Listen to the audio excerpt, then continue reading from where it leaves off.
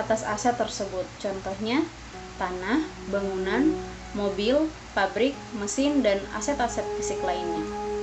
Aset tak berwujud adalah aset yang nilainya tidak tergantung dari bentuk fisik atas aset tersebut. Contohnya, aset keuangan.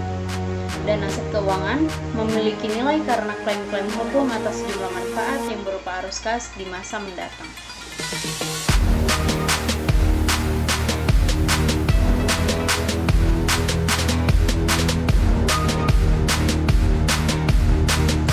Aset keuangan berhubungan erat dengan aset berwujud. Dalam operasional bisnis, kadang-kadang untuk membiayai pengadaan aset berwujud dilakukan dengan menerbitkan aset keuangan.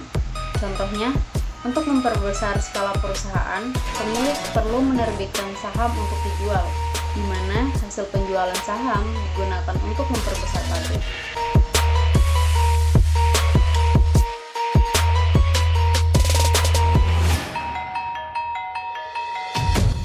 Klaim yang dimiliki oleh pemegang aset keuangan dapat berupa klaim tetap, yaitu sejumlah pendapatan yang tetap atas aset keuangan yang dimiliki.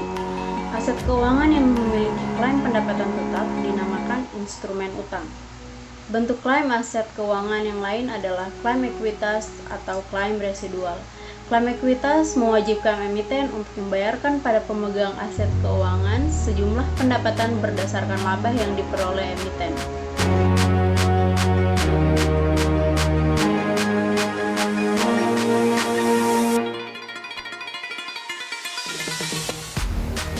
Dalam perekonomian, aset keuangan memiliki dua peran utama, yaitu sebagai media untuk intermediasi antara pihak yang membutuhkan dana dan pihak yang kelebihan dana, dan sebagai media untuk membagi risiko aset.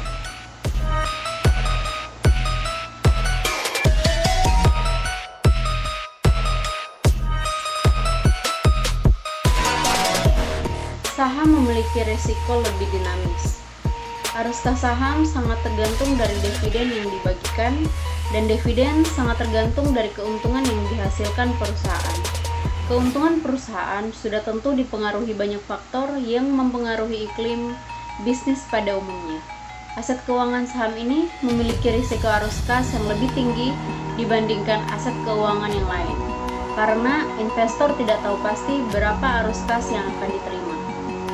Saat transaksi membeli saham, investor hanya bisa memperkirakan berapa arus kas yang mungkin akan diterima di masa datang berdasarkan prospektus perusahaan yang akan dibeli sahamnya. Bisa saja perkiraan investor ini keliru, namun bisa juga benar sesuai ekspektasinya. Selain itu, pemegang saham juga tidak tahu pasti kapan dividen akan dibagikan. Meskipun perusahaan mengalami keuntungan, bisa saja dividen tidak dibagikan, tergantung dari keputusan pemegang saham mayoritas.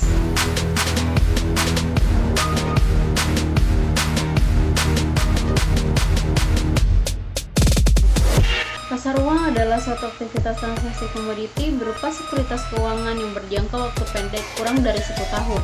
Berbeda dengan pasar modal yang dilakukan di Bursa Efek Indonesia, pasar uang tidak butuh tempat fisik untuk melakukannya karena semua transaksi dilakukan secara virtual. Sedangkan pasar modal adalah tempat terjadinya transaksi instrumen keuangan, tempat bertemunya penerbit surat berharga dengan para investor. Pasar modal biasanya disebut juga pasar saham dan bursa efek. Pasar modal di Indonesia sebelumnya ada dua, yaitu Bursa Efek Jakarta dan Bursa Efek Surabaya. Namun saat ini hanya ada satu bursa efek, yaitu Bursa Efek Indonesia dan berkedudukan di Jakarta.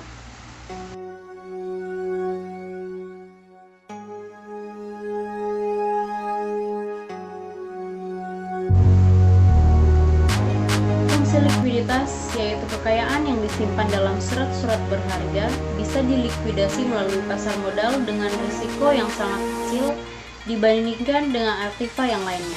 Pasar modal merupakan ready market, yaitu untuk melayani pemenuhan likuiditas para pemegang surat berharga.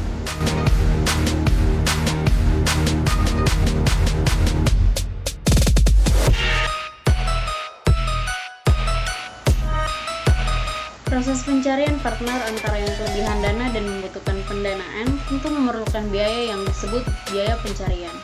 Selain biaya pencarian, untuk mendapatkan partner yang tepat juga diperlukan biaya informasi. Jika terdapat pasar keuangan yang baik, maka biaya-biaya tersebut tidak perlu sehingga pasar keuangan dapat meminimumkan biaya transaksi.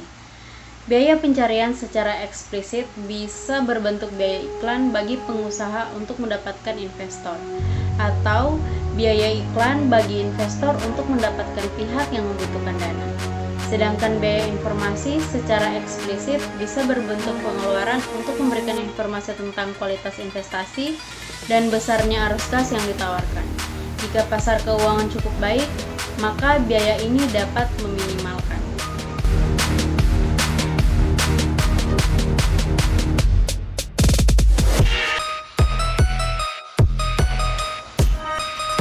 Terjadinya globalisasi pasar keuangan karena adanya kebutuhan antara yang mempunyai modal dengan orang yang membutuhkan modal.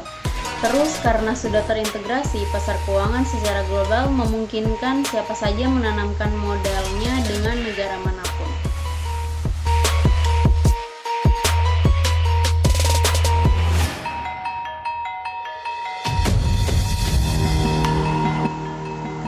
Pasar keuangan terintegrasi karena adanya deregulasi atau liberalisasi pasar keuangan, adanya kemajuan teknologi informasi yang semakin cepat, adanya tawaran dari negara lain yang menawarkan keuntungan lebih besar dibandingkan pasar domestik.